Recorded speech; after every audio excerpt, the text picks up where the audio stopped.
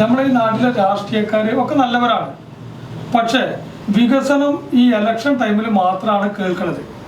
ആ ഇലക്ഷൻ കഴിഞ്ഞു കഴിഞ്ഞാൽ വികസനമൊന്നും അതിനെക്കുറിച്ച് കാര്യമായ പ്രവർത്തനങ്ങൾ നടക്കില്ല, അതിനൊരു ഫ്ലോപ്പുമില്ല. അപ്പോൾ ഒരു പ്രതിപക്ഷ കക്ഷിയാണെങ്കിൽ ഇതിന് വേണ്ടിയിട്ട് പ്രയത്നിക്കണമില്ല. അപ്പം ഞങ്ങൾ മനസ്സിലാക്കി ഈ നാട്ടിൽ ഭരണപക്ഷവും പ്രതിപക്ഷവും ബായിയാണ്. അപ്പോൾ അതിൽ നിന്ന് വ്യത്യസ്തമായി ജനങ്ങളെ സംഘടിപ്പിച്ചുകൊണ്ട് ഈ ജനകീയ ആവശ്യങ്ങൾ കാലാകാലങ്ങളിൽ ഈ അധികാരികളെ ശ്രദ്ധയിൽ കൊണ്ടുവരാനും അതുപോലെ തന്നെ പരിഹാരം നേടുവാനും വേണ്ടിയിട്ടാണ് ഈ സംഘടന രൂപീകരിച്ചത്. ഒട്ടനവധിയായ പ്രവർത്തനങ്ങൾ ഞങ്ങൾ ചെറുതാണെങ്കിലും നടത്തി, അല്ലെങ്കിൽ ചെറിയ ചെറിയ പുരോഗതികളൊക്കെ കണ്ടുവരുന്നുണ്ട്. ഇപ്പം നമ്മുടെ നാട് റോഡൊക്കെ വികസിക്കാൻ കാരണം അധികാരികളെ ശ്രദ്ധയിൽ ഞങ്ങൾ കൊണ്ടുവന്നു. അവർ കൂടി പ്രയത്നമാണ്, നാട്ടുകാരൊക്കെ സഹകരിച്ചിട്ടാണ്. അങ്ങനെ എല്ലാ വിഭാഗം ആൾക്കാരെയും സഹകരണം ഇതിലുണ്ട്. അപ്പോൾ ഇത്തരം കാര്യങ്ങളാണ് ഞങ്ങൾ ഉദ്ദേശിക്കുന്നത്, അതിനു വേണ്ടിയിട്ടാണ് ഞങ്ങൾ പ്രവർത്തിച്ചു വരുന്നത്. അപ്പോൾ നിലമ്പൂരിനെ സംബന്ധിച്ച് ഞങ്ങൾക്ക് ഒരുപാട് കാര്യങ്ങൾ ഇവിടെ നേടിയെടുക്കേണ്ടതുണ്ട്. അപ്പോൾ അതിനുള്ള പരിശ്രമത്തിലാണ് ഞങ്ങളിപ്പോൾ മുന്നോട്ട് പോയിക്കൊണ്ടിരിക്കുന്നത്. അപ്പോൾ ഈ തെരഞ്ഞെടുപ്പ് ഈ സമയം അതൊരു ഉപാധിയായിട്ട് നിങ്ങൾ കാണുന്നു? അത് മാത്രമല്ല, ഞങ്ങൾ എല്ലാ കാലത്തും 24/7 നിലമ്പൂർ വികസനത്തിന് വേണ്ടി ഞങ്ങൾ പ്രവർത്തിച്ചുകൊണ്ടിരിക്കുകയാണ്. ഇതിപ്പോൾ ഒരു നിമിത്തമായത് മാത്രം. ഇതല്ലെങ്കിലും ഞങ്ങൾ ഡേ ടു ഡേ ഞങ്ങളിതിനു വേണ്ടി കാണേണ്ട ഉദ്യോഗസ്ഥന്മാരെ കണ്ടിട്ടോ ജനപ്രതിനിധികളെ കണ്ടിട്ടോ അധികാരികളെ കണ്ടിട്ടോ ഞങ്ങൾ ദിവസം പോലെ പ്രവർത്തിച്ചുകൊണ്ടിരിക്കുക. ഇതിന് പ്രത്യേക താല്പര്യമൊന്നുമില്ല. പക്ഷേ ഇത് ഒരു നിമിത്തമായി വന്നു, അത് ഞങ്ങൾ ഉപയോഗപ്പെടുത്തുന്നത് മാത്രം. അപ്പം തീർച്ചയായിട്ടും എല്ലാ സ്ഥാനാർത്ഥികൾക്കും നിങ്ങളുടെ ഈ മെസ്സേജ് കൊടുക്കുന്നുണ്ടോ? തീർച്ചയായിട്ടും. ഇത് മാത്രമല്ല, ഞങ്ങൾ ഇതിനെ സ്ഥാനാർത്ഥികളെ ബന്ധപ്പെട്ട രാഷ്ട്രീയക്കാരൊക്കെ കാണാൻ ഉദ്ദേശിക്കുന്നുണ്ട്. അതും ഞങ്ങൾ ഈ ഇലക്ഷന് മുമ്പായിട്ട് കാണും. ഈ കാര്യങ്ങളൊക്കെ ഞങ്ങൾ അവതരിപ്പിക്കാൻ ഉദ്ദേശിക്കുന്നുണ്ട്. അപ്പോൾ ഇപ്പോൾ ഈ നിലമ്പൂരിൻ്റെ വികസനം എന്ന് പറയുന്നത് എന്തൊക്കെയാണ് നിങ്ങളിപ്പം മുന്നോട്ട് വെക്കുന്ന കാര്യം? നിലമ്പൂരിന് ഒരു മലയോര പ്രദേശമാണ് നിലമ്പൂർ. ഒരുപാട് വികസനങ്ങളൊക്കെ ഈ നാട്ടിൽ നടന്നിട്ടുണ്ട്. നമ്മൾ കണ്ണടച്ച് ഇല്ല എന്ന് പറയുന്നത് ശരിയല്ല. കാരണം പുഴകളാലും മലകളാലൊക്കെ വേർതിരിക്കപ്പെട്ട ഈ ഒരു മലമ്പ്രദേശം മുൻ ഭരണാധികാരികളൊക്കെ നല്ല നല്ല ആളുകൾ ഇതിനെ കൂട്ടിയിണക്കി ഇന്നിപ്പോൾ നിലമ്പൂരിൻ്റെ ഏത് ഭാഗത്തൊക്കെ നമുക്ക് പെട്ടെന്ന് എത്താൻ പറ്റും. അതൊക്കെ നല്ല കാര്യങ്ങളാണ് ചെയ്തിട്ടുണ്ട്, ഒരുപാട് കാര്യങ്ങൾ ചെയ്തിട്ടുണ്ട്. അത് നമുക്ക് അവരോട് നന്ദി കടപ്പാടുണ്ട്. പക്ഷെ നേടിയെടുക്കേണ്ട കുറേ കാര്യങ്ങളുണ്ട്. അപ്പോൾ ഈ പുതിയ തലമുറയിലെ ജനപ്രതിനിധികളും അധികാരികളും അതിന് ശ്രദ്ധ കൊടുക്കണമെന്നാണ് ഞങ്ങൾക്ക് പറയാനുള്ളത്. നിലമ്പൂർ ബൈപ്പാസിനെ കുറിച്ച് കുറേ നാളായി ഞങ്ങൾ കേൾക്കുന്നുണ്ട്, ഞങ്ങൾ ദൂരെ നിന്ന് കേൾക്കുന്നുണ്ട്. പക്ഷേ ഞങ്ങൾ വരുമ്പോൾ ഒരു ബൈപ്പാസ് ഒന്നും ഞങ്ങൾ കാണുന്നില്ല. എന്താ എൻ്റെ അവസ്ഥ എന്തായി? 25 വർഷം മുമ്പ് നിലമ്പൂർ നിവാസികൾ എന്താണോ ആഗ്രഹിച്ചത്, സ്വപ്നം കണ്ടത്, ഇന്നും അതൊരു സ്വപ്നമായിട്ട് നിലനിൽക്കുക. അതിലൊന്നാണ് നമ്മുടെ നിലമ്പൂർ ബൈപ്പാസ്. ഈ ബൈപ്പാസ് 6.1 കിലോമീറ്ററാണ് ഡിസ്റ്റൻസ് വരുന്നത്. അത് യാഥാർത്ഥ്യമായാലും നമ്മൾ നിലമ്പൂരിൻ്റെ യാത്രാ പ്രശ്നം ഒരു ട്രാഫിക് ബ്ലോക്ക് പരിഹരിക്കാൻ പറ്റും. പക്ഷേ ഈ 25 വർഷമായിട്ടൊന്നും യാഥാർത്ഥ്യമില്ല. ഓരോ ഇലക്ഷൻ വരുമ്പോഴും ബജറ്റ് വരുമ്പോഴും ഇതിന് 500 കോടി 600 കോടിയൊക്കെ പ്രഖ്യാപിക്കും, നടന്നിട്ടില്ല. പക്ഷേ ഇപ്പോൾ ഒരു 227 കോടി ഞങ്ങളെല്ലാവരും കൂടി സമ്മർദ്ദപരമായിട്ട് നാട്ടുകാരും ഞങ്ങളും ഈ ബൈപ്പാസിന് സ്ഥലം വിട്ട പാവപ്പെട്ട ഇരകളും എല്ലാവരും ഭരണകക്ഷിയൊക്കെ അതിന് പ്രത്യേകം താല്പര്യമുണ്ട്. ഇപ്പോൾ ഒരു 227 കോടി രൂപ പാസ്സാക്കിയെന്ന് പ്രഖ്യാപിച്ചിട്ടുണ്ട്. അത് യാഥാർത്ഥ്യമാവുമെന്നാണ് ഞങ്ങൾ ആഗ്രഹം, പ്രതീക്ഷയും. കാരണം അതിനിപ്പോൾ 2 ഇലക്ഷൻ കൂടി വരാണ്ടല്ലോ. അപ്പോൾ എന്തായാലും ഇപ്രാവശ്യം അതൊരു പരിധി വരെ അത് പ്രാക്ടിക്കലാവുമെന്നാണ് ഞങ്ങൾ പ്രതീക്ഷിക്കുന്നത്. പക്ഷെ ഞാൻ ചെയ്യുന്നത് ഇപ്പോൾ നിങ്ങൾ വ്യാപാരി വ്യവസായികളാണ്, ഞങ്ങൾ വ്യാപാരി വ്യവസായിയായി നിങ്ങൾ ഈ സ്ഥാനത്തുണ്ടല്ലോ.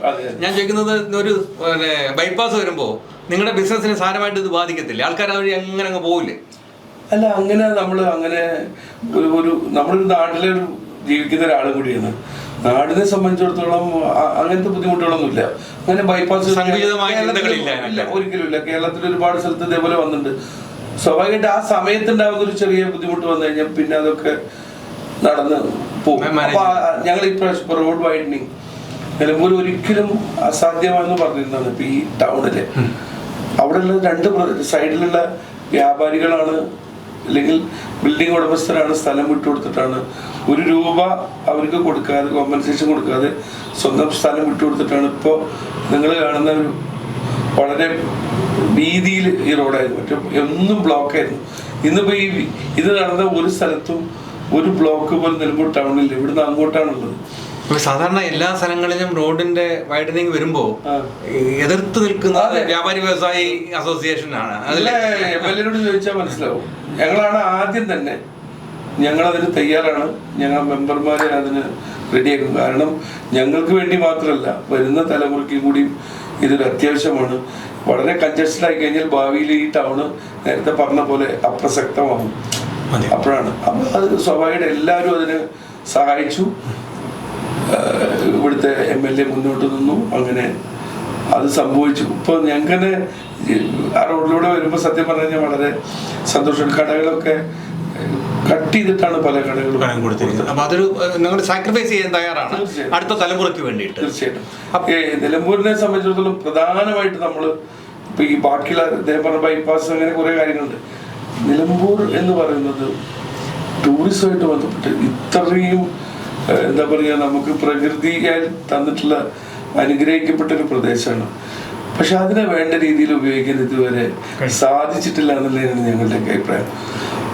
ആക്ച്വലി അതിലേക്ക് വരുന്ന ആളുകൾ ശ്രദ്ധ കേന്ദ്രീകരിച്ചാൽ കേരളത്തിലെ തന്നെ ഏറ്റവും പ്രധാനപ്പെട്ട ടൂറിസ്റ്റ് ഡെസ്റ്റിനേഷൻ ആയിട്ട് ഇതിനെ മാറ്റാൻ സാധിക്കും. ഈ ബൈപ്പാസ് അല്ല, ഒരു 10 ബൈപ്പാസ് വന്നാലും ഇവിടത്തേക്ക് എത്തിക്കൊണ്ടേയിരിക്കും. മാത്രമല്ല അത്രയും അനുഗ്രഹീതമായ ഒരുപാട് സ്ഥലങ്ങൾ നിലമ്പൂർ ടൗൺ മാത്രമല്ല, നിലമ്പൂർ മണ്ഡലത്തിൽ മൊത്തത്തിൽ, പിന്നെ കണക്ടിവിറ്റി, റോഡ്, റെയില് എല്ലാം ഉണ്ടാവുന്നുണ്ട്. അതിനൊക്കെ ഒന്നും കൂടി ഒരു കുറച്ചുകൂടി ശ്രദ്ധ കൊടുത്തു കഴിഞ്ഞാൽ കേരളത്തിലെ ഏറ്റവും നല്ല ടൂറിസ്റ്റ് കേന്ദ്രങ്ങൾ ഒന്നായിട്ട് മാറും. പലരും ഈ ടൂറിസ്റ്റ് കേന്ദ്രങ്ങളാകാൻ വേണ്ടി പലതും ക്രിയേറ്റ് ചെയ്യണം. ഇവിടെ നാച്ചുറൽ ആയിട്ടുള്ള സംഗതികളാണ്. അല്ല, ഞങ്ങൾക്ക് മനസ്സിലാകുന്നത് ഞങ്ങൾ ക്യാമറ എങ്ങോട്ട് വെച്ചാലും വളരെ മനോഹരമാണ്. ഞങ്ങൾക്ക് ഓരോ സ്ഥലങ്ങളിൽ പോകുമ്പോൾ നമുക്ക് ക്യാമറ പല രീതിയിൽ തിരിച്ചു വെച്ചിട്ടാണ് നമുക്കൊരു പ്ലേസ് കണ്ടുവെക്കുന്നത്. പക്ഷെ ഇവിടെ ഞങ്ങൾ ഇന്നലെ ഞങ്ങൾ പോയ സ്ഥലത്തായാലും എങ്ങോട്ട് ക്യാമറ തിരിച്ചു വെച്ചാലും ഭയങ്കര ബ്യൂട്ടിഫുൾ ആണ്. നിങ്ങൾക്കറിയാം, നമ്മളെ വടപുറത്ത് നിങ്ങൾ എൻട്രി ചെയ്യുന്നതോടുകൂടി ആ ഒരു സ്റ്റൈലേ മാറുകയാണ്. കൂടുതൽ പച്ചപ്പും കൂടുതൽ സൗകര്യങ്ങൾ. പിന്നെ ഇവിടെ കൂടുതൽ പിന്നെ തേക്കിന്റെ കാടുകളാണ്. അത് മാത്രമല്ല ഒരുപാട് കാര്യങ്ങൾ ഇവിടെ നമുക്ക് ആളുകൾക്ക് കാണാൻ താല്പര്യമുണ്ട്. പക്ഷെ അതിന് വേണ്ട രീതിയിൽ അത് വലിയൊരു നമ്മളെ ഭാഗത്ത് ഇനി വരുന്ന ആളുകൾ, ഇതുവരെയുള്ള ആളുകളൊക്കെ ചെയ്തു വെച്ചിട്ടുണ്ട്. പലതും പല കാര്യങ്ങൾ ഇതിനു മുന്നേ പല സർവേയും കാര്യങ്ങളൊക്കെ നടന്നിട്ടുണ്ട്. അതിൻ്റെയൊക്കെ രേഖകളൊക്കെ ഇവിടെ ഉണ്ട്. പക്ഷെ അതൊന്നൊരു സ്റ്റെപ്പ് മുന്നോട്ട് വെക്കാൻ വേണ്ടിയിട്ട് നമുക്ക് സാധിച്ചില്ല. ഇപ്പൊ MLA-മാരാകാൻ മത്സരിക്കുന്ന ആൾക്കാരുടെ അവരുടെ പ്രകടന പത്രികയിൽ നിങ്ങൾ പറയുന്ന ആശയങ്ങൾ കൂടെ ആഡ് ചെയ്യണം എന്ന് പറഞ്ഞ് അവരെ സമീപിച്ചു. അല്ല, ഞങ്ങൾ സമീപിക്കാൻ പോവുകയാണ്. ഈ പെരുന്നാളിന് ശേഷം ഞങ്ങൾ സമീപിക്കും. ഇപ്പൊ നടന്നുകൊണ്ടിരിക്കുന്നത് ഈ മത്സരാർത്ഥികളും രാഷ്ട്രീയക്കാരും പത്ര ദൃശ്യമാധ്യമങ്ങളൊന്നും വികസനത്തിനെ കുറിച്ച് ചർച്ച ചെയ്യണില്ല. ഇവരൊക്കെ പിന്നെ മുഖ്യമന്ത്രിയുടെ മലപ്പുറം പരാമർശം, അല്ലെങ്കിൽ നമ്മളെ സ്ഥാനാർത്ഥികൾ പഠിച്ച സ്കൂള്, ഇപ്പം ഗാന്ധിജിയും AKG ഒക്കെ പഠിച്ച സ്കൂൾ പറയണമെങ്കിൽ നമുക്ക് താല്പര്യമുണ്ട്. ഇതിപ്പോൾ ഇന്നലെ പഠിച്ചു പോയ ആൾക്കാർ ഓരോ പഠിച്ച LP സ്കൂളിൻ്റെ ചിത്രം, അല്ലെങ്കിൽ അവർ പഠിച്ച കോളേജിൻ്റെ ചിത്രം, ഓരോ പ്രസംഗ വൈഭവം, ഇതല്ല നാടിന് ആവശ്യം. ഈ നാടിന് അടിയന്തര പ്രാധാന്യത്തോടു കൂടി പരിഹരിക്കേണ്ട ഒട്ടനവധി വിഷയങ്ങളുണ്ട്. അതിപ്പോൾ നമ്മളെ വിനോദജി പറഞ്ഞതുപോലെ ടൂറിസം. ഇവിടെ 2 നല്ല ഫാമുകളുണ്ട്. ഒന്ന് മുണ്ടേരി സീഡ് ഫാം, വലിയൊരു ഫാമാണ്. മുട്ടിക്കടവ് ഫാം. അപ്പോൾ ഫാം ടൂറിസത്തിന് ഇവിടെ അനന്ത സാധ്യതകളുണ്ട്. എക്കോ ടൂറിസത്തിന് സാധ്യതകളുണ്ട്. ഇതിലൊക്കെ എന്ത് വേണം? ഇൻഫ്രാസ്ട്രക്ചർ ഡെവലപ്മെൻറ്റ് വേണം. അതായത് നമ്മൾ യാത്ര, ഇപ്പോൾ ഇത് KNG റോഡാണ്. ഇപ്പോൾ ഇവരൊക്കെ സാക്രിഫൈസ് ചെയ്ത് ഇവിടെ വൈഡൻ ചെയ്തു എന്ന പോലെ ഞങ്ങൾ അനവധി കാലമായിട്ട് ആവശ്യപ്പെടുന്നതാണ് വഴിക്കട മുതൽ KNG റോഡ് വൈഡൻ ചെയ്യണം. ഇന്ന് ഇതൊരു അന്തർ സംസ്ഥാന പാതയായിട്ട് പോകുമ്പോൾ എപ്പോഴും ബ്ലോക്കാണ്. ഇന്ത്യയിലെ ഏറ്റവും തിരക്കേറിയ പട്ടണം ബാംഗ്ലൂരാണ്. അവിടെ പെർ ഹവർ 29 കിലോമീറ്ററാണ് വേഗത. പക്ഷെ നിലമ്പൂർ മുതൽ, അതായത് വഴിക്കട മുതൽ മഞ്ചേരി വരെ 25 കിലോമീറ്ററാണ്. കാരണം ഇത് വളരെ കൺജസ്റ്റഡ് ആയിട്ടുള്ള റോഡാണ്. ഇത് വിട്ടുകൊടുക്കാനൊക്കെ ആൾക്കാർ തയ്യാറുമാണ്. പക്ഷേ ജനപ്രതിനിധികളും ഉദ്യോഗസ്ഥന്മാരും ഇതിന് ഫണ്ട് റെഡിയാക്കണ്ടേ എന്ന് മാത്രമല്ല, 2015 ഇതിന് 450 കോടി റുപ്യ വകയിരുത്തി. 2015 10 വർഷം മുമ്പ് നാടുകാണി പരപ്പനങ്ങാടി, അതായത് മലപ്പുറം ജില്ലയുടെ ഒരറ്റം മുതൽ മറ്റേ അറ്റം വരെ. അത് ULCCക്ക് ഒരു ടെൻഡറും വെക്കാതെ അവർക്ക് കരാർ കൊടുത്തു. അപ്പോൾ അതിനാരും എതിർക്കില്ല. കാരണം എന്താ വെച്ച് കഴിഞ്ഞാൽ ULCC ഒരു പ്രത്യേക രാഷ്ട്രീയ പാർട്ടിൻ്റെ പിന്നെ സൊസൈറ്റിയാണ്, കൊടുത്തത് വേറെ വിഭാഗമാണ്. അപ്പോൾ ബായി ആയിട്ട് എന്തായി, അവർക്ക് താല്പര്യമുള്ള സ്ഥലത്ത് പണിയെടുത്ത് അതിൻ്റെ കമ്മീഷൻ പറ്റേണ്ടവരൊക്കെ പറ്റി. ചുരുക്കി പറഞ്ഞാൽ ഇപ്പോഴും തോണി തീരുന്ന അക്കരെ തന്നെയാണ്. ഇപ്പോഴും വഴിക്കട മുതൽ നമ്മളെ ജില്ലാ ആസ്ഥാനമായ മലപ്പുറം പോകാനും മെഡിക്കൽ കോളേജായ മഞ്ചേരി പോകാനും ഇങ്ങനെയുള്ള ഒരുപാട് പ്രയാസം, യാത്രാ ദുരിതം അനുഭവിക്കുക. അപ്പോൾ ഇതിന് വൈഡൻ ചെയ്യണം. അതിനെക്കുറിച്ച് ഇവിടെ ചർച്ച ആരും ഇവിടെ പറഞ്ഞത് കേട്ടിട്ടില്ല. ബൈപ്പാസിൽ ഇപ്പോൾ ഞാൻ പറഞ്ഞല്ലോ നേരത്തെ പണ്ട് അത് നടക്കുമെന്ന് വിചാരിക്കും. അതേപോലെ ടൂറിസത്തിൻ്റെ കാര്യം, ഇതുപോലെ നിലമ്പൂർ അത്യാവശ്യമാണ് റിംഗ് റോഡ്. ഈ റിംഗ് റോഡിൻ്റെ ഒരു ചെറിയ പതിപ്പ് നമ്മുടെ നാട്ടിലുണ്ട്. ഞങ്ങളത് ചൂണ്ടിക്കാട്ടി PWDക്കും PWD ചീഫ് എഞ്ചിനീയർക്കും ഒക്കെ കൊടുത്തിരുന്നു. അപ്പോൾ അത് നടപ്പാക്കി കഴിഞ്ഞാൽ ഇപ്പോൾ ബൈപ്പാസ് വന്നാൽ തന്നെ അത് 2 എക്സ്ട്രീം എൻഡിലാണ് ഇത് കണക്ട് ചെയ്യുന്നത്. പക്ഷേ ടൗണിൻ്റെ ഇൻറ്റേർണൽ സൈഡിൽ കയറിയിട്ട് ഒരു ബ്ലോക്ക് ഉണ്ടായി, ഒരു വണ്ടി ആക്സിഡൻറ്റ് എന്തെങ്കിലും ബ്ലോക്ക് ഉണ്ടായി കഴിഞ്ഞാൽ അതിന് നമുക്ക് കയറിയിട്ട് അങ്ങോട്ട് കൊണ്ട് യാത്ര ചെയ്യാൻ എന്താണ് ഒരുപാട് പോക്കറ്റ് റോഡുണ്ട്.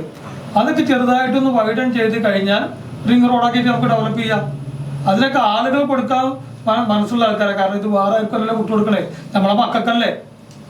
നമ്മളിപ്പോൾ ഈ സമ്പത്ത് പറഞ്ഞാൽ ബാങ്ക് ബാലൻസ് മാത്രമല്ല, നല്ല റോഡ് സൗകര്യമൊക്കെ സമ്പത്ത് തന്നെയാണല്ലോ. അപ്പോൾ ഇതിനൊക്കെ വിട്ടുകൊടുക്കാൻ ഈ നാട്ടിലെ ജനങ്ങൾ തയ്യാറാണ്. പക്ഷെ ഇത് വാങ്ങി ആക്കി ഒഴിക്കാൻ വേണ്ടിയിട്ടുള്ള ഒരു ശ്രമം ജനപ്രതിനിധികളുടെ ഭാഗത്തുനിന്നും അധികാരികളുടെ ഭാഗത്തും ഇല്ല. ഇനി ബൈപ്പാസിനെ കുറിച്ച് പറയുമ്പോൾ ബൈപ്പാസിൽ ഈ സ്ഥലം വിട്ടുകൊടുത്തവർക്ക് പണം കിട്ടിയിട്ടുണ്ടോ? ഇല്ല, അവർക്കിപ്പോ എത്ര വർഷമായി അത് വിട്ടുകൊടുത്തിട്ട്? അത് ഒരു 28 വർഷത്തോളമായി സ്ഥലം വിട്ടുകൊടുത്തിട്ട്. അതില് ഒരു 60% ആളുകൾക്ക് ഫണ്ട് കിട്ടി പല തവണയായിട്ട്. ഇപ്പോഴും 40% ആളുകൾക്ക് ഫണ്ട് കിട്ടിയില്ല. അവരുടെ വീടുകളൊക്കെ ഇടിഞ്ഞു പൊളിഞ്ഞ് കിടക്കുകയാണ്. അവർക്ക് ലോൺ എടുക്കാൻ പറ്റുന്ന അവസ്ഥയല്ല, അവരുടെ ഭൂമി വിൽക്കാൻ പറ്റുന്നില്ല. അതുകൊണ്ട് അവരുടെ കുട്ടികളെ വിദ്യാഭ്യാസം പാതി വഴിയിൽ മുടങ്ങി നിൽക്കുക, ആ കുട്ടികളെ കല്യാണം മുടങ്ങി നിൽക്കുകയാണ്. അപ്പോൾ ഇതിനൊക്കെതിരെ ഞങ്ങൾ ഇവിടെ 3 ദിവസം ഞങ്ങൾ PWDന്റെ മുമ്പിൽ സമരം നടത്തിയിരുന്നു. അതിന് ശേഷമാണ് ഇപ്പോൾ ഈ ഫണ്ടുകളിലും കാര്യങ്ങളൊക്കെ നടത്തിയത്. ഞങ്ങളെ സമരം കൊണ്ട് മാത്രമല്ല കേട്ടോ. അപ്പോൾ ബഹുജന സമ്മർദ്ദം വന്നു. വിവിധ കോർണറുകളിൽ നിന്ന് വിവിധ സാമൂഹ്യ രാഷ്ട്രീയ സാംസ്കാരിക സന്നദ്ധ സംഘടനകളൊക്കെ ഇറങ്ങി പുറപ്പെട്ടു. ഈ ഇറ്റങ്ങളതിന് പണം കൊടുക്കണമെന്ന് പറഞ്ഞു. അപ്പോൾ അങ്ങനെ ഇതായപ്പോൾ ഭരണകക്ഷിയിൽ താല്പര്യം എടുത്തു. അങ്ങനെയാണ് ഇപ്പോൾ ഈ ഫണ്ടുകളുണ്ടായത്. യാഥാർത്ഥ്യമാവുന്നില്ല, പ്രതീക്ഷയിലാണ്. ഇനി വേറെന്താണ് ഇതിനെക്കുറിച്ച്, ഇനി വികസനത്തെ കുറിച്ച്? ഈ ബൈപ്പാസ് പറഞ്ഞു, നമ്മുടെ ഈ റോഡ് വൈഡനിങ് പറഞ്ഞു. ഇനി നമ്മുടെ വന്യമൃഗങ്ങളെ പിന്നെ ശല്യം എല്ലായിടത്തുള്ള ഒരു ശല്യമാണ്. അതിനൊരു ശാശ്വത പരിഹാരം ഉണ്ടാക്കണമെങ്കിൽ നിയമനിർമ്മാണം കേന്ദ്രത്തിൽ തന്നെ വരണം. അതിന് നമ്മുടെ സംസ്ഥാന സർക്കാർ വേണ്ട ഉചിതമായ സമീപനം, അതിന് വേണ്ട പ്രവർത്തനങ്ങൾ നടത്തണം എന്നാണ് പറയുന്നത്. ഇവിടെ അതേപോലെ തന്നെ നമ്മളെ ഒരു മലയോര പ്രദേശം ആണ് ഈ മേഖല. ഇവിടെ SC ST അതുപോലെ തന്നെ പിന്നോക്കക്കാർ, പാവപ്പെട്ട ആൾക്കാരൊക്കെ ഒരുപാട് ജീവിക്കുന്ന ആൾക്കാരാണ്, ലക്ഷക്കണക്കിന് ആളുകൾ. ഏക ആശ്രയം ഈ ജില്ലാശുപത്രിയാണ്. ഈ ജില്ലാശുപത്രി എന്താ വെച്ചാൽ 1 ഏക്കർ 80 സെൻറ്റ് സ്ഥലം അതിനുണ്ട്.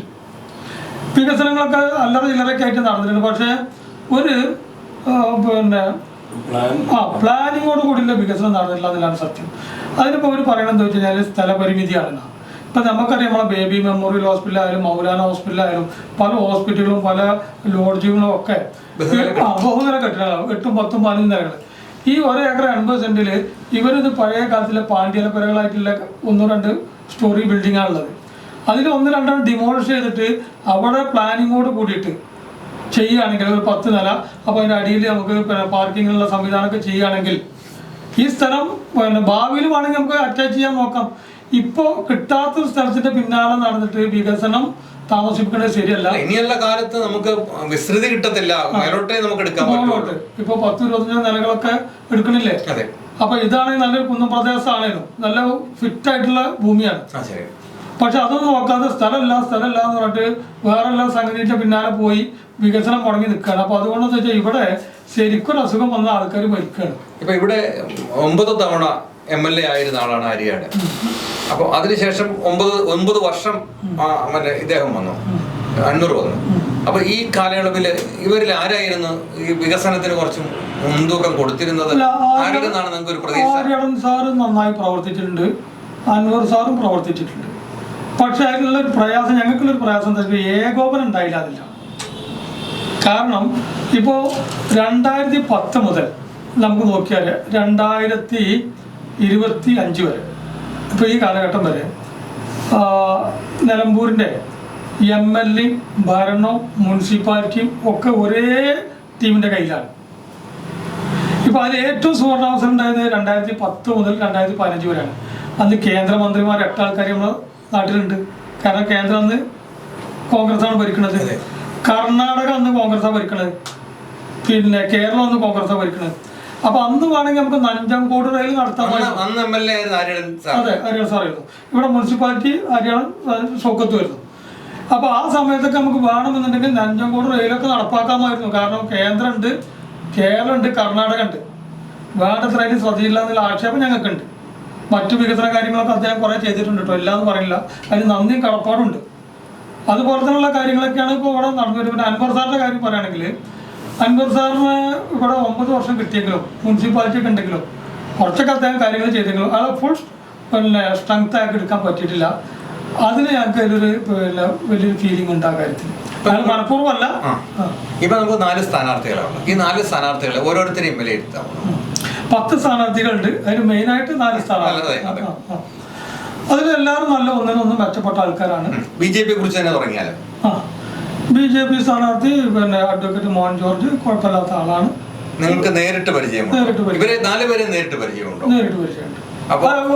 പിന്നെ കോൺഗ്രസ്, മാർക്സിസ്റ്റ്, BJP, സ്വരാജ്, പിന്നെ ഒന്ന് ഉദ്ദേശിക്കുന്നത് STP ചെയ്യാം. ഓക്കെ, 4 ആളെ പരിചയമുണ്ട്. സ്വരാജായിട്ട് അത്ര ഡയറക്റ്റ് ബന്ധമല്ല, പക്ഷെ എങ്കിലും ഒരു സ്വരാജിന്റെ പ്രവർത്തനങ്ങളും ഇവിടുത്തെ മത്സരാർത്ഥി എന്ന നിലയിലുള്ള കാര്യങ്ങളും ഒന്ന് വിലയിരുത്താം. സ്വരാജ് ഒരു നല്ല രാഷ്ട്രീയ നേതാവാണ്. നിലമ്പൂരിനെ സംബന്ധിച്ച് ഒരു പൊതുപ്രവർത്തകനാണെന്നുള്ള അഭിപ്രായം എനിക്കില്ല. പൊതുപ്രവർത്തന രംഗത്ത് അദ്ദേഹം ഇവിടെ അല്ല, വേറെ എവിടെയെങ്കിലും ഉണ്ടോ എന്ന് അറിയില്ല. അയാൾ നല്ലൊരു രാഷ്ട്രീയ നേതാവാണ്. ഒരു നല്ല വായനാശീലമുള്ള. അതിനെ സംബന്ധിച്ചിടത്തോളം പിന്നെ ഇപ്പൊ താങ്കൾ ചോദിച്ച 4 സ്ഥാനാർത്ഥികളും നമ്മുടെ ഈ പ്രദേശത്തുള്ള ആളുകളാണ്. അതാണ് ഒന്നാമത്തെ പ്രത്യേകത. ഓരോരുത്തരുടെ പ്രവർത്തന മേഖല പല സ്ഥലങ്ങളിലായിരുന്നു. നമുക്കറിയാം. ഇപ്പോൾ ഇപ്പൊ ഈ പറഞ്ഞ പോലെ സ്വരാജ് അദ്ദേഹത്തിന്റെ പിന്നെ തൃപ്പൂണിത്തറയിലായിരുന്നു അദ്ദേഹം കഴിഞ്ഞ കാലങ്ങളിൽ പ്രവർത്തിച്ചിരുന്നത്. നിലമ്പൂരിൽ അദ്ദേഹം ആദ്യമായിട്ടാണ് അല്ലെങ്കിൽ ഒരു സ്ഥാനാർത്ഥിത്വത്തിലേക്ക് വരുന്നത്. തീർച്ചയായിട്ടും ഈ പ്രദേശത്തെ കുറിച്ചും കാര്യങ്ങളൊക്കെ അദ്ദേഹത്തിന് നന്നായിട്ട് അറിയുന്നതിനെ കൊണ്ട് ഇനി അദ്ദേഹം വരികയാണെങ്കിലും അതേപോലെ തന്നെ ആര്യടൻ ഷൗക്കത്ത് അദ്ദേഹം പഞ്ചായത്ത് പ്രസിഡന്റ് ആയിരുന്ന സമയത്തും അതേപോലെ മുനിസിപ്പാലിറ്റി ചെയർമാൻ ആയിരുന്ന സമയത്തൊക്കെ ഒട്ടേറെ മാറ്റങ്ങൾ കൊണ്ടുവരാൻ ശ്രമിച്ചിട്ടുള്ള ആളാണ്. ഒരു പരിധി വരെ അദ്ദേഹത്തിന് സാധിച്ചിട്ടുണ്ട്. ഈ മിനി ബൈപ്പാസൊക്കെ അദ്ദേഹത്തിന്റെ സംഭാവനയാണെന്ന് തന്നെ നമുക്ക് പറയാൻ പറ്റും. അപ്പൊ ഓരോ ആളുകളും അവർക്ക് ചെയ്യുന്നുണ്ട്. അൻവറിനെ കുറിച്ച് പറയാം. അൻവർ തീർച്ചയായിട്ടും അൻവർ അടിസ്ഥാന പിന്നെ കാര്യങ്ങളായ റോഡുകൾ, പാലങ്ങളൊക്കെ ഈ കാര്യങ്ങളിലൊക്കെ വളരെ ശ്രദ്ധയായിരുന്നു, നന്നായിട്ട് ചെയ്തിട്ടുണ്ട്. പക്ഷെ എന്നിരുന്നാലൊക്കെ അവർക്ക് ചെയ്യാവുന്നതിന്റെ ഒരു 30% ചെയ്തിട്ടുണ്ടാവും. കൂടുതൽ ചെയ്യാൻ പറ്റുന്ന ആര്യാടൻ മുഹമ്മദിനെ സംബന്ധിച്ച് മന്ത്രിയായിരുന്നു. അതെ, കോൺഗ്രസിന്റെ ഭരണത്തിൽ പലതവണ MLA ആയി അങ്ങനെ വന്ന ആളാണ്. അപ്പൊ അദ്ദേഹത്തിനൊക്കെ ചെയ്യാൻ കഴിയാത്ത കാര്യം ഷൗക്കത്തിൽ നിന്ന് ചെയ്യാൻ കഴിയുമെന്ന് ഇതില് നമ്മളിപ്പോ കഴിഞ്ഞ കാര്യങ്ങളെ സംബന്ധിച്ചിടത്തോളം നമ്മളിനിയിപ്പോ എന്തൊക്കെ വിശകലനം നടത്തിയാലും അതൊക്കെ നമുക്കൊരു ചർച്ചയ്ക്ക് ഇതാക്കാന്നുള്ളൂ. നമ്മളെ സംബന്ധിച്ചിടത്തോളം പുതിയതായിട്ട് വരുന്ന ആളുകൾ ശ്രദ്ധിക്കേണ്ട കാര്യങ്ങൾ, നിലമ്പൂരിന്റെ വികസനമായിട്ട് ബന്ധപ്പെട്ട അവരുടെ കാഴ്ചപ്പാടുകൾ, ഇനി എന്ത് ചെയ്യാൻ പറ്റും. നേരത്തെ സൂചിപ്പിച്ച പോലെ തന്നെ ഇവരാരും വേണ്ടത്ര ശ്രദ്ധ കൊടുത്തിരുന്നെങ്കിൽ ഈ പ്രദേശത്തിനെ കേരളം മുഴുവൻ ഒരു ടൂറിസം ഡെസ്റ്റിനേഷനായിട്ട് അറിയപ്പെടുമായിരുന്നു. ഇപ്പം അടുത്ത് തന്നെ ഇപ്പോൾ മുഹമ്മദ് റിയാസൊക്കെ വന്നതിന് ശേഷം ബേപ്പൂർ വന്നിട്ടുള്ള മാറ്റങ്ങൾ നമുക്ക് ആലോചിച്ച് കഴിഞ്ഞാൽ മനസ്സിലാവും. ബേപ്പൂരൊന്നും ഇതിൻ്റെ അത്ര സൗകര്യങ്ങളുള്ള സ്ഥലമല്ല. അവിടെ പലതും അങ്ങ് ക്രിയേറ്റ് ചെയ്ത് ഓരോ സംഗതികൾ കൊണ്ടുവരികയാണ്. അതേപോലെയുള്ള ഒട്ടേറെ കാര്യങ്ങൾ ചെയ്യാൻ പറ്റുന്ന സ്ഥലമായിരുന്നു നിലമ്പൂർ. ഞങ്ങൾക്കത് കാണുമ്പോൾ അതായത് അന്ന് ഇപ്പൊ ആര്യാടൻ സാർ ഇപ്പോൾ മിനിസ്റ്റർ ആയിട്ടുള്ള സമയത്ത് ആര്യാടൻ സാർ മിനിസ്റ്ററാണ് എന്ന് മാത്രമല്ല, തൊട്ടടുത്ത് അനിൽകുമാർ സാറും മിനിസ്റ്ററാണ്. അന്ന് ടൂറിസം വകുപ്പാണ്, AP അനിൽകുമാർ ടൂറിസം മിനിസ്റ്ററാണ്. അപ്പോൾ ഇവർക്കൊക്കെ വേണമെങ്കിൽ ഇവിടുത്തെ ടൂറിസം മേഖലയിലേക്ക് ഒരുപാട് മാറ്റങ്ങളും പുരോഗതിയൊക്കെ കൊണ്ടുവരാമായിരുന്നു. ആ രംഗത്ത് വേണ്ടത്ര ശ്രദ്ധിച്ചില്ല എന്നുള്ള അഭിപ്രായമുണ്ട്. അത് പൊതുവെ ആളുകൾക്കൊക്കെ ഉണ്ട്. അപ്പൊ ഞാൻ പറഞ്ഞത് ഇനി വരുന്ന ആളുകൾ, നമ്മളിപ്പോ കഴിഞ്ഞ കാര്യങ്ങളെ കുറിച്ച് ആരും ഒരാളെ ക്രിറ്റിസൈസ് ചെയ്തിട്ട് ഒരാൾ ചെയ്ത പ്രവർത്തനങ്ങളെ പല കാരണങ്ങൾ കൊണ്ടായിരിക്കാം ഒരു പക്ഷെ നടക്കാത്തത്. പക്ഷെ ഇനിയെങ്കിലും നമുക്ക് ഈ ഒരു രൂപത്തിലേക്ക് വരുന്ന ആളുകൾ ഈ വികസന കാഴ്ചപ്പാടുകൂടി ആര് വന്നാലും ജനങ്ങൾ തിരഞ്ഞെടുക്കുന്ന ആളായിരിക്കും ഇവിടുത്തെ MLA. സ്വാഭാവികമായിട്ടും വികസന സമിതിയെ സംബന്ധിച്ചിടത്തോളം ആര് വന്നാലും ഇവിടുത്തെ വികസനം തന്നെയാണ് പ്രധാനം. ഇപ്പൊ ഇന്നലെ കഴിഞ്ഞ ദിവസം ഞങ്ങൾ ഒരു കോളനിയിലേക്ക് പോകുന്നുണ്ടായി.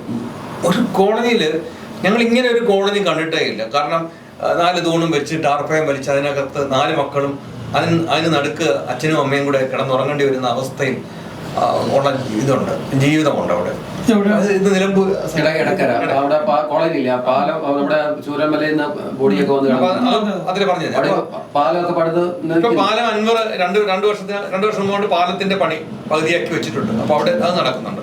അപ്പൊ ഞാൻ ചോദിക്കുന്നത്, ഇതൊക്കെ നിലമ്പൂരിനെ കുറിച്ച് പറയുമ്പോൾ ഞങ്ങൾ കാണുന്നത് ദൂരെ ഇരുന്ന് കാണുമ്പോൾ വലിയ വണ്ണമുള്ള തേക്കുകൾ, നല്ല സ്വർണ്ണ നിറമുള്ള തേക്കുകൾ, സ്വർണ്ണ നിറമുള്ള മണ്ണ്, സ്വർണ്ണ കലർന്ന മണ്ണ്. അപ്പൊ അങ്ങനെ ഒരു റിച്ച്നെസ്സിനെ കുറിച്ച് അല്ലെങ്കിൽ ഇവിടുത്തെ പരമ്പരാഗതമായ കാര്യങ്ങളെ കുറിച്ച് ഞങ്ങൾ ദൂരെ ഇരുന്ന് കാണുന്നത്. പക്ഷെ ഞങ്ങൾ അവിടെ പോകുമ്പോൾ ഞങ്ങൾക്ക് ശരിയായിട്ട് മുഖത്ത് കൈവെക്കേണ്ടി വന്നു. കാരണം ഇത്ര മന്ത്രിമാരും ഇത്ര ജനപ്രതിനിധിയും ഒക്കെ ഉള്ള ഒരു ആൾക്കാർ അവിടെ സ്ഥലം ഇങ്ങനെ ഇവർ ഇന്നും ദാരിദ്ര്യത്തിൽ കഴിയുന്നല്ലോ എന്ന് ഉദ്ദേശിക്കുക. അതിനെക്കാട്ടി രസം എന്ന് പറഞ്ഞാൽ അവിടുത്തെ 5 ചെറുപ്പക്കാർ അവർക്കൊരു ചെങ്ങാടം ഉണ്ടാക്കി ആൾക്കാരെ കടത്തിക്കൊണ്ടിരുന്നത്. ഈ പിന്നെ ചൂരൽമലയിലെ ദുരന്തം ഉണ്ടായപ്പോൾ ഈ കൈയും കാലും തോളും അരഭാഗവും ഒക്കെ ആയിട്ട് ഒഴുകി വന്ന 100ഓളം ശവശരീരങ്ങൾ അവർ കരക്കടുപ്പിച്ചു കൊടുത്ത് അവരെ ഒന്നും മൈൻഡ് ചെയ്തിട്ടുമില്ല. ഞങ്ങൾ അവരോട് ചോദിക്കുക, നിങ്ങൾക്ക് അവർക്ക് ഒരു ഷീൽഡെങ്കിലും അവരുടെ അലമാരിക്കകത്ത് വെക്കാൻ കൊടുത്തിട്ടുമില്ല. ശരിയായിട്ടും അതൊക്കെ ഈ നിലമ്പൂരിലെ ജനപ്രതിനിധികൾക്ക് നാണക്കേടെന്നാണ് ഞങ്ങൾ പറയുന്നത്. കാരണം അവർക്ക് ഈ 5 പേർക്കെങ്കിലും ഒരു വീട് ഉണ്ടാക്കി കൊടുക്കാൻ, ശരി നിങ്ങൾ ഇത്രയും സേവനം ചെയ്തതല്ലേ, നിങ്ങൾക്ക് 5 പേർക്ക് ഒരു വീട് എന്ന് പറഞ്ഞാൽ അവർക്ക് പോലും ചെയ്തു കൊടുക്കാൻ കഴിയാത്ത ജനപ്രതിനിധികളാണല്ലോ ഇവിടെ ഞങ്ങൾക്ക് തോന്നിയിട്ടുണ്ട്. സ്കൂളിലെ കുട്ടികൾക്ക് പഠിക്കാൻ പറ്റുന്നില്ല, മഴവെള്ളം വന്നു കഴിഞ്ഞാൽ അങ്ങോട്ട് കടക്കാൻ പറ്റില്ല. അപ്പൊ അതുപോലെ തന്നെ ആഹാര സാധനങ്ങൾ എത്താൻ പറ്റുന്നില്ല. ഇതിനെ കുറിച്ചൊക്കെ എങ്ങനെയാണ് നിങ്ങൾ നോക്കി കാണുന്നത്? വ്യാപാരി സമിതിയുടെ പ്രസിഡന്റാണ്, വികസന സമിതിയുടെ പ്രസിഡന്റ്, അതിനെപ്പറ്റി എന്തെങ്കിലും? കോളനികളെ സംബന്ധിച്ചിടത്തോളം നിലമ്പൂരിൽ അത്രയധികം കോളനികളുണ്ട്. എല്ലാ കോളനികളും അതേപോലെയാണെന്നുള്ള അഭിപ്രായം ഞങ്ങൾക്കില്ല. ഒരുപാട് മാറ്റങ്ങൾ കോളനിയിൽ കൊണ്ടുവരാൻ കഴിഞ്ഞ കാലങ്ങളിലൊക്കെ സാധിച്ചിട്ടുണ്ട്. താങ്കൾ ഈ പറഞ്ഞതിനെ കുറിച്ച് കൃത്യമായിട്ട് നമുക്ക് അറിയാത്തൊരു സംഗതിയിൽ ഇനി അങ്ങനെ ഉണ്ടെങ്കിൽ തീർച്ചയായിട്ടും അത് ശ്രദ്ധിക്കപ്പെടേണ്ടതായിരുന്നു. ഞങ്ങളെ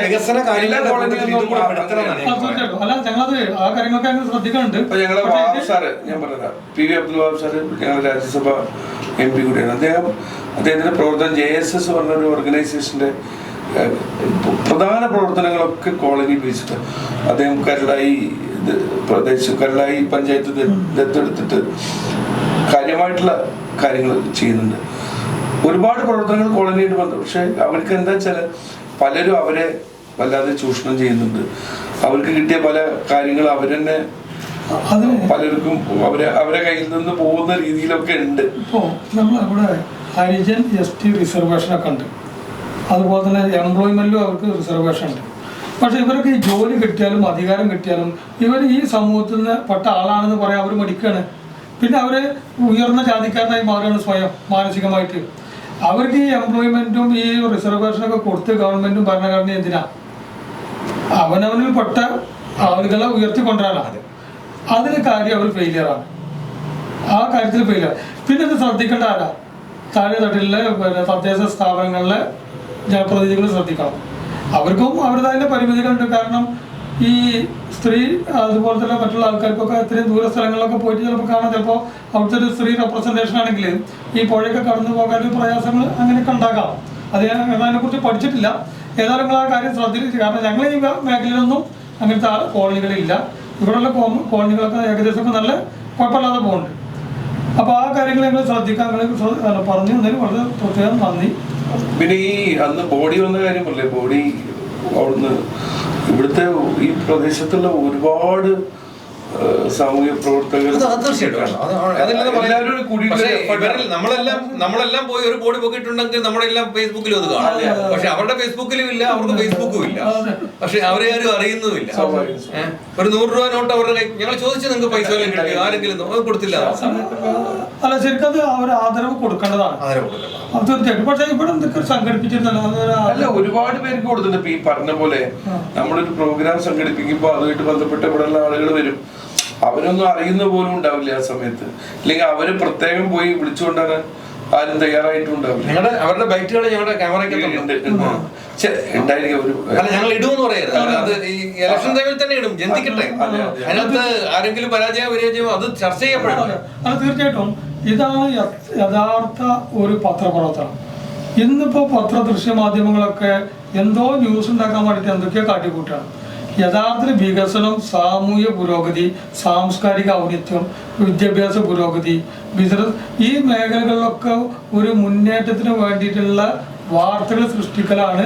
അല്ലെങ്കിൽ സാമൂഹ്യ അർദ്ധചിത്രം അവസാനിപ്പിക്കാനുള്ള വാർത്ത സൃഷ്ടിക്കലാണ് നമ്മളെ ഡ്യൂട്ടി. പക്ഷേ ഇവരൊക്കെ അത് മറന്നു. അതിന്റെ ഒരു പരിണിതഫലമാണ് ഇന്നിപ്പോൾ നമ്മൾ അനുഭവിച്ചുകൊണ്ടിരിക്കുന്നത്. അപ്പൊ ഇത് തന്നെ സാറ് പറഞ്ഞത് തന്നെയാണ് ആദ്യത്തെ കാര്യം.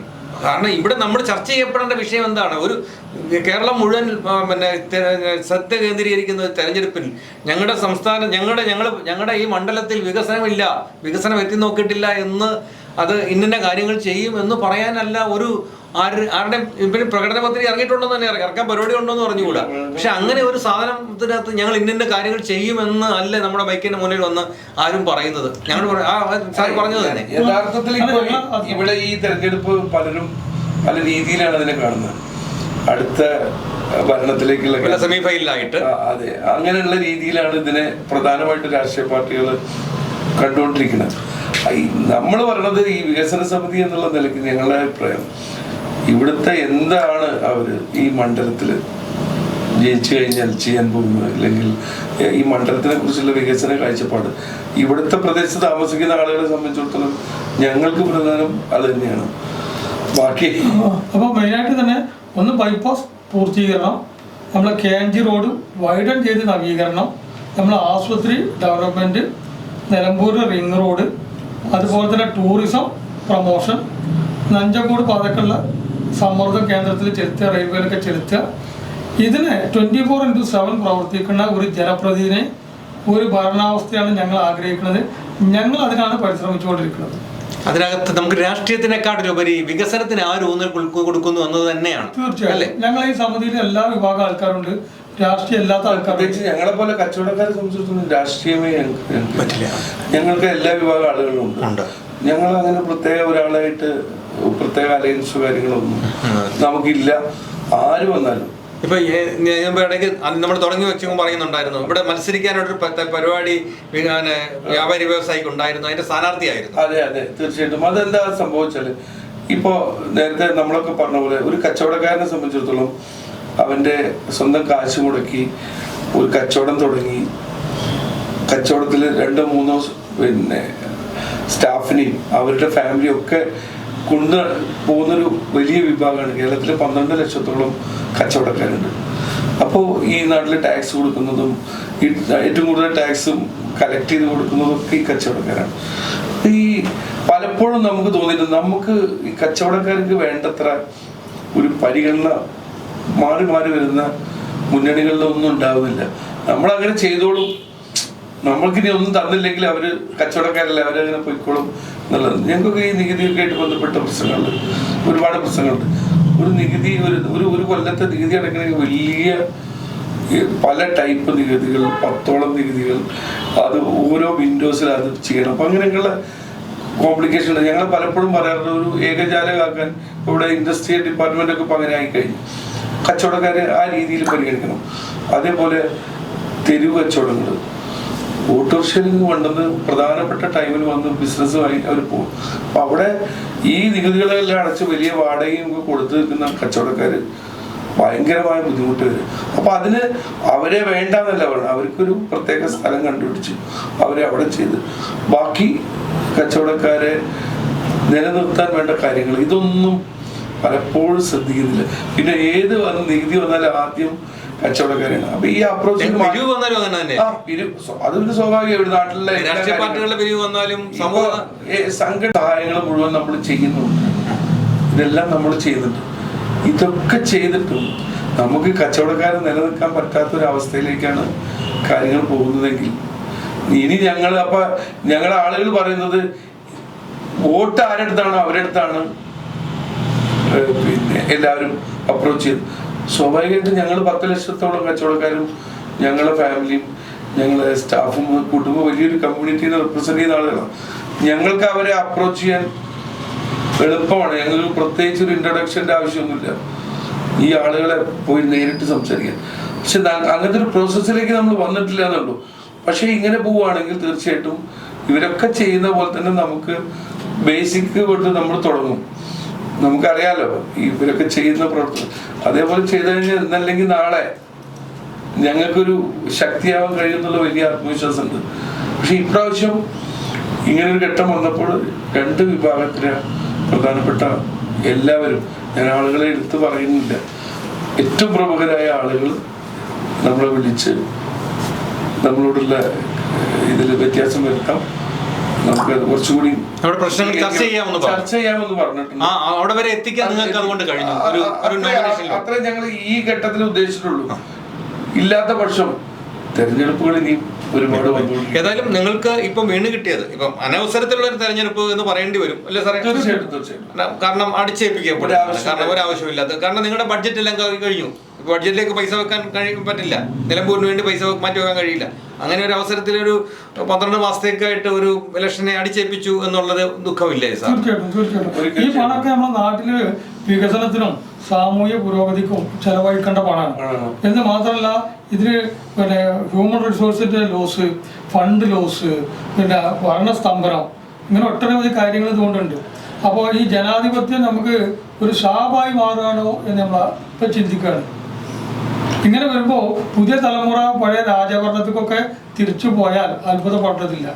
അപ്പൊ ഇനിയിപ്പം നമുക്ക് കൺക്ലൂഡ് ചെയ്യുമ്പോൾ നമുക്ക് പറയാനുള്ളത്, ഇപ്പൊ നിങ്ങൾക്ക് ഏതെങ്കിലും വീണ് കിട്ടിയ ഒരു തെരഞ്ഞെടുപ്പാണ്, അതിനെ നിങ്ങൾ ഫലപ്രദമായി ഉപയോഗിക്കുക. വീണ് കിട്ടിയെന്നല്ല, ഞങ്ങൾക്ക് ഒരു ദുഃഖം തരുന്ന ഒരു തെരഞ്ഞെടുപ്പാണ്. അല്ല, നിങ്ങളുടെ വികസന പ്രവർത്തനങ്ങൾ ജനങ്ങളുടെ മുന്നിൽ വെക്കാനും കേരളം മുഴുവൻ അത് കാണാനും പറ്റുന്നൊരവസരം. 2026 ഒരു തെരഞ്ഞെടുപ്പ് വരുമ്പോൾ എല്ലാ മണ്ഡലങ്ങളും ആ മണ്ഡലങ്ങളായിട്ട് ചുരുങ്ങുമ്പോൾ ഇപ്പം നിലമ്പൂരിലേക്ക് തിരുവനന്തപുരം പാറശാല മുതൽ കാസർഗോഡ് വരെയുള്ള ആൾക്കാർ നോക്കിയിരിക്കുന്ന ഒരു തെരഞ്ഞെടുപ്പിൽ നിങ്ങൾക്ക് നിങ്ങളുടെ പ്രശ്നങ്ങളെ ഈ സമൂഹത്തിന്റെ മുന്നിലും മീഡിയയുടെ മുന്നിലും അവതരിപ്പിക്കാൻ കഴിയുമ്പോൾ ഇവരുടെയൊക്കെ തൊലി ചുളിയും, അപ്പോൾ അവര് നെറ്റി ചുളിയും, അപ്പോൾ അവര് ഇതിനകത്തേക്ക് നിങ്ങളുടെ വികസന പ്രവർത്തനങ്ങൾക്ക് കണ്ണു നടും എന്നാണ് ഞങ്ങൾ വിചാരിക്കുന്നത്. ഏതായാലും നിങ്ങൾ അവർ പ്രകടന പത്രിക ഉണ്ടാക്കിയില്ലെങ്കിൽ നിങ്ങൾ അവർക്കൊരു പ്രകടന പത്രിക ഉണ്ടാക്കി നൽകണം എന്ന് മാത്രമല്ല, ഞങ്ങൾ പറയുന്ന കാര്യം, നാടിനോട് പറയുന്ന ഒരു കാര്യം, എല്ലാ പ്രദേശത്തും വികസന സമിതികൾ, പൗരസമിതികൾ, ജനകീയ സമിതികൾ ഉണ്ടാക്കണം. വെറും രാഷ്ട്രീയ പാർട്ടിക്കാരും ജനപ്രതിനിധികളെയും മാത്രം ആശ്രയിച്ചിട്ട് കാര്യമില്ല. ഓർക്ക് ഒരുപാട് വേറെ ചുറ്റുപാടുകളുണ്ട്. വികസനമാണോ നാട്ടിൽ ഇതുപോലെ ആളുകൾ വിവിധ തുറകളിൽപ്പെട്ട ആൾക്കാർ സംഘടിച്ച് ഒരു സമിതി ഉണ്ടാക്കി അതിൻ്റെ നേതൃത്വത്തിൽ നിരന്തരം പ്രവർത്തിച്ചാൽ ചെറിയ മാറ്റങ്ങളൊക്കെ വരും. അല്ലെങ്കിൽ ഇനി 4 നൂറ്റാണ്ട് കഴിഞ്ഞാൽ ഇത് ഇതേപോലെ തന്നെ ഉണ്ടാവും. ഏതായാലും ഞങ്ങളുടെ അന്വേഷണത്തിൽ സാറിനെ കുറിച്ച് വളരെ നല്ല വാർത്തകളാണ് കേട്ടത്. കാരണം സാറ് ഇതിനു വേണ്ടി തന്നെ ഒരു നാടിന്റെ വികസനത്തിന് വേണ്ടി സാറ് കൊടുക്കുന്ന ഒരു പ്രാധാന്യം ഞങ്ങൾ മനസ്സിലാക്കിയിട്ടുണ്ട്. അതുകൊണ്ടുകൊണ്ടാണ് ഞങ്ങളുടെ സമയം ഇലക്ഷൻ്റെ വിട്ട് സാറിന് ഇവിടേക്ക് വന്നതും. അതിൽ പ്രത്യേക ഒരു കാര്യം പറയാം, എൻ്റെ മാത്രം കഴിവല്ല, ഇതുപോലുള്ള ഞങ്ങൾക്ക് മാർഗനിർദ്ദേശം തരില്ല. കാരണം ഞങ്ങൾക്ക് അനുഭവ സമ്പത്തും പരിചയമൊക്കെ കുറവാണ്. ഞങ്ങൾ എന്ത് കാര്യങ്ങളും ഇതുപോലുള്ള ആൾക്കാരായിട്ട് ഡിസ്കസ് ചെയ്യും. ഞങ്ങൾ ഒന്നിച്ചിരിക്കും, കൂട്ടായ ചർച്ച ചെയ്ത് തീരുമാനിച്ചിട്ടാണ് ഞങ്ങൾ ഓരോ സ്റ്റെപ്പും വെക്കുക. അപ്പോൾ ഇത് ഞങ്ങൾ ഈ സമിതിൻ്റെ ഒരു കഴിവാണ് എന്നാണ് ഞാൻ മനസ്സിലാക്കുന്നത്. അല്ല, അതില് താങ്കൾ കേട്ടത് 100% ശരി തന്നെയാണ്. ഒരാൾ അതിനു വേണ്ടി ഇനീഷ്യേറ്റീവ് എടുക്കുക എന്ന് പറയുന്നത് വളരെ പ്രധാനമാണ്. അത് ഏത് കാര്യത്തിനും വേണ്ടി ഇത്രയും ആളുകളെ കോർഡിനേറ്റ് ചെയ്യലും അവരെ ഇപ്പം ഇന്നത്തെ കാര്യത്തിന് തന്നെ അമ്മദുട്ടി പറഞ്ഞ ആള് അതിനുവേണ്ടി ഒരുപാട് സമയം കണ്ടെത്തുന്നുണ്ട്, ഒരുപാട് കാഴ്ചപ്പാടുകളുണ്ട്, അതിനു വേണ്ടിയിട്ട് ശ്രമിക്കുന്നുണ്ട്. തീർച്ചയായിട്ടും ഞങ്ങളെയൊക്കെ പോലുള്ള ആളുകളുടെ ഉദ്ദേശം അല്ലെങ്കിൽ ഇങ്ങനെ വരുന്ന ആളുകളെ സപ്പോർട്ട് ചെയ്യുക, നമുക്ക് ചെയ്യാൻ പറ്റുന്ന നമ്മുടെ തുച്ഛമായ സമയത്ത് നമുക്ക് ചെയ്യാൻ പറ്റുന്ന സപ്പോർട്ട് ചെയ്യുക. അവർക്ക് പിന്നെ എന്തെങ്കിലും നമ്മളോട് കാര്യങ്ങൾ ചോദിക്കുമ്പോൾ നമുക്കറിയുന്ന കാര്യങ്ങൾ ഷെയർ ചെയ്യുക. റോഡ് വൈഡനിങ്ങിലൊക്കെ ഇവരുടെയൊക്കെ ഒരു സമ്മർദ്ദം, സമ്മർദ്ദം മനസ്സിലായി, ഇവരുടെയൊക്കെ ഒരു ആറ്റിറ്റ്യൂഡ് നിങ്ങളെ നന്നായിട്ട് മുന്നോട്ട് കൊണ്ടുപോയി. തീർച്ചയായിട്ടും റോഡ് വൈഡനിങ്ങായിട്ട് ബന്ധപ്പെട്ട് ഞങ്ങൾ വ്യാപാരികൾ ഒരു ഇനീഷ്യേഷൻ എടുത്തു. എല്ലാ വിഭാഗം ആളുകളും അതിൽ ഏതായാലും അത് വളരെ എല്ലാ സ്ഥലങ്ങളിലും ഞങ്ങൾ വികസന വിരോധികളാണോ ഇവരൊന്ന് ചോദിക്കുന്നിടത്ത് പലരും പറഞ്ഞിരുന്നു നിലമ്പൂര് ഇതിന്റെ വൈഡനിങ്ങിന് എതിര് നിൽക്കുന്നത് നിലമ്പൂരിലെ കച്ചവടക്കാരാണെന്ന് പറഞ്ഞിട്ടൊരു പ്രൊപ്പഗൻഡ ഉണ്ടായിരുന്നു. ഞാൻ നേരത്തെ പറഞ്ഞു തന്നെ, ഒരു ബൈപ്പാസ് വരുമ്പോൾ ഏറ്റവും കൂടുതൽ എതിർക്കുന്നത് അവരെ ആ സ്ഥലം കൊടുക്കാതിരിക്കാൻ നോക്കുക, അതിന് എങ്ങനെയെല്ലാം കണ്ടുപിടിക്കാൻ നോക്കുക. റോഡ് വൈഡനിങ് വരുമ്പോൾ എല്ലാം ഇങ്ങനെ പറഞ്ഞു കേൾക്കാറുണ്ട്. എന്നാൽ നിലമ്പൂരിലെ നിങ്ങളുടെ പ്രവർത്തനത്തെ ഒരാളെങ്കിൽ ഈ സംഗതി വിട്ടിട്ട് ഒഴിവാക്കി പോയതാ. ഈ വൈഡനിങ് അവര് നടക്കില്ല എന്ന് പറഞ്ഞ് പോയതാ. നിങ്ങൾ തിരിച്ചു വിളിച്ചു? ഞങ്ങൾ നിരന്തരം ആവശ്യപ്പെട്ടു, മുനിസിപ്പാലിറ്റിയോട് MLA-നോടൊക്കെ ആവശ്യപ്പെട്ടു. ഞങ്ങൾ കൂടി വ്യക്തിപരമായി കണ്ടു, അപേക്ഷ കൊടുക്കും, കാണും, സംസാരിക്കും. പിന്നെ ഇവരും തന്നെ പറഞ്ഞു ഞങ്ങളതിന് തയ്യാറാണ്. അല്ല, ഞങ്ങൾ ആദ്യം ചോദിച്ചത് നമ്മളോടായിരുന്നു, കച്ചവടക്കാര് എതിരാണെന്നുള്ളൊരു രീതി വെറുതെ പറഞ്ഞിരുന്നു. ഞങ്ങൾ പരിപൂർണ്ണ സഹകരണം ചെയ്താൽ മതി, കെട്ടിട ഉടമകളോ സമയബന്ധിതമായിട്ട് ചെയ്താൽ മതി. സമയം വൈകിയെങ്കിലും സംഗതി ഈ നാട്ടിലെ കച്ചവടക്കാരും കെട്ടിട ഉടമകളോ രാഷ്ട്രീയക്കാരും ജനപ്രതിനിധികളും സാമൂഹ്യ രാഷ്ട്രീയ സന്നദ്ധ പ്രവർത്തകരും എല്ലാവരും ഒറ്റക്കെട്ടായി ഒരു കൊടിക്കീഴിൽ അണിനിരന്നുകൊണ്ടാണ് ഇപ്പോൾ നടന്നത്. അപ്പം നമ്മളിപ്പം ചർച്ച ചെയ്ത വിഷയം എന്ന് പറയുന്നത് നിലമ്പൂരിലെ വികസന പ്രവർത്തനങ്ങളെ കുറിച്ചാണ്. നിലമ്പൂരിലെ വികസന പ്രവർത്തനങ്ങൾ, നിലമ്പൂരിനെ കുറിച്ച് ഞങ്ങൾ പുതിയതായിട്ട് വന്ന് കാണുമ്പോൾ ഞങ്ങൾക്ക് തോന്നിയ കാര്യങ്ങളൊക്കെ തന്നെയാണ് ഇവർ ഇപ്പം വികസന പ്രവർത്തനത്തിന് വേണ്ടി ഇവർ സമർപ്പിക്കുന്ന ഇതിനകത്തുള്ളത്. അപ്പോൾ അതിനകത്ത് റോഡ് വൈഡനിങ്ങിൻ്റെ ഒക്കെ വളരെ ആവശ്യമുണ്ടായിരുന്നു, ബൈപ്പാസിൻ്റെ ആവശ്യമുണ്ടായിരുന്നു. അപ്പോൾ ഇത്രയും നല്ല സ്ഥലം ഞങ്ങൾക്ക്, ഞങ്ങളുടെ ക്യാമറ ഏത് പൊസിഷനിലേക്ക് തിരിച്ചു വെച്ചാലും ഞങ്ങൾക്ക് കിട്ടുന്നത് ബ്യൂട്ടിഫുൾ ആയിട്ടുള്ള ഒരു ഫ്രെയിം ആയിരിക്കും നമുക്ക് കിട്ടുന്നത്. അതുപോലെ നല്ല ഒരു സ്ഥലത്ത് എന്തുകൊണ്ട് ടൂറിസം വികസിച്ചില്ല എന്ന ചോദ്യമാണ് ഇവരും ചോദിക്കുന്നത്. എന്തായാലും ഇവരുടെ ഈ പ്രവർത്തനത്തിൽ അഹമ്മദ് കുട്ടി കാപ്പിൽ പോലുള്ള അതുപോലെ തന്നെ വിനോദ് എന്നതിനെ പോലുള്ള ആൾക്കാർ അവരുടെ പ്രവർത്തനങ്ങൾ ഇതിന്റെ ഒരു രൂപരേഖ മാറ്റിമറിക്കും എന്ന കാര്യത്തിൽ ഉറപ്പുണ്ട്. കാരണം അവർ അതിനായിട്ട് ഇറങ്ങിയിരിക്കുകയാണ്. ഏതായാലും ഈ തെരഞ്ഞെടുപ്പിൽ അവരെല്ലാ സ്ഥാനാർത്ഥികളെയും സമീപിച്ച് ഇവരുടെ കാഴ്ചപ്പാടുകൾ എന്താണ്, അത് നിങ്ങൾക്ക് ചെയ്യാൻ പറ്റുമോ ഇല്ലയോ എന്നുള്ള കാര്യം അവരോട് സംസാരിക്കുകയും അവരുടെ കയ്യിൽ നിന്ന് ഉറപ്പ് വാങ്ങിക്കുകയും ചെയ്യും. അതുകൊണ്ട് ആര് ജയിച്ചാലും നിലമ്പൂർ മണ്ഡലത്തിന് അത് ഗുണകരമായി തീരും. അങ്ങനെ ആകട്ടെ എന്ന് ഞാൻ പ്രാർത്ഥിക്കുന്നു. നമസ്കാരം. കൂടുതൽ വാർത്തകളും വിശേഷങ്ങളും നിങ്ങൾക്ക് ലഭിക്കാൻ കേരളീയം ന്യൂസ് സബ്സ്ക്രൈബ് ചെയ്യുക. കൂടെ ബെൽ ബട്ടണും അമർത്തുക.